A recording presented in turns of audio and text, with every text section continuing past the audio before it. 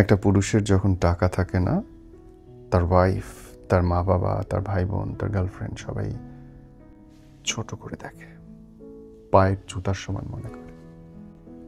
প্রতিটা ওয়াক্তে খাবারের সময় মনে করায় দেয় কত ছোট তুমি, কত অকর্মণ্য, কিচ্ছু নেই। যখন এই পুরুষটা টাকা ইনকাম করার জন্য মাথার ঘাম পায়ে ফেলে 24 ঘন্টা বাইরে দৌড়তে থাকে, তখন গিয়ে শুরু হয় অভিযোগ। আমাদেরকে তো তুমি সময় দাও না, আমার কথা তুমি চিন্তা করো, সারাদিন টাকা টাকা টাকা টাকা।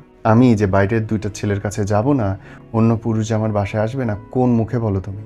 আমাকে সময় দাও তুমি। যখন টাকা ছিল না তখন ছিল এক অভিযোগ, যখন টাকা ইনকামের জন্য সময় দিচ্ছে তখন হলো অন্য অভিযোগ। পুরুষ কোথায় নিরাপদ, নিশ্চিন্ত?